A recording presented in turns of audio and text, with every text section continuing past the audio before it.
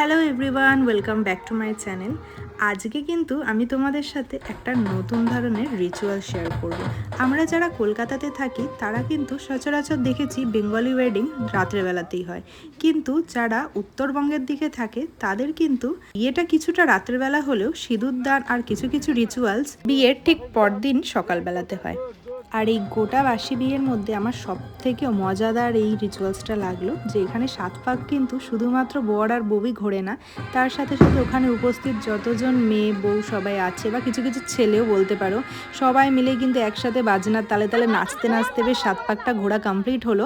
তো এই ব্যাপারটা আমার দারুণ লাগলো। আর সবার এন্ডে এখানে দেখো, অ্যাকচুয়ালি তো পুকুর পেরোনোর একটা রিচুয়ালস আছে, বাট এখনকার দিনে তো আর পুকুর সেভাবে পাওয়া সম্ভব না, তো তাই জন্য ম্যাক্সিমাম ক্ষেত্রে এটা এরকমভাবেই কমপ্লিট করা হয়। তো আমার কিন্তু আমার জীবনে প্রথম দেখা এই বাসি বিয়ের রিচুয়ালস খুব ভালো লাগলো। তোমাদের এই ভিডিওটা কেমন লাগলো অবশ্যই কিন্তু কমেন্ট করে জানিও।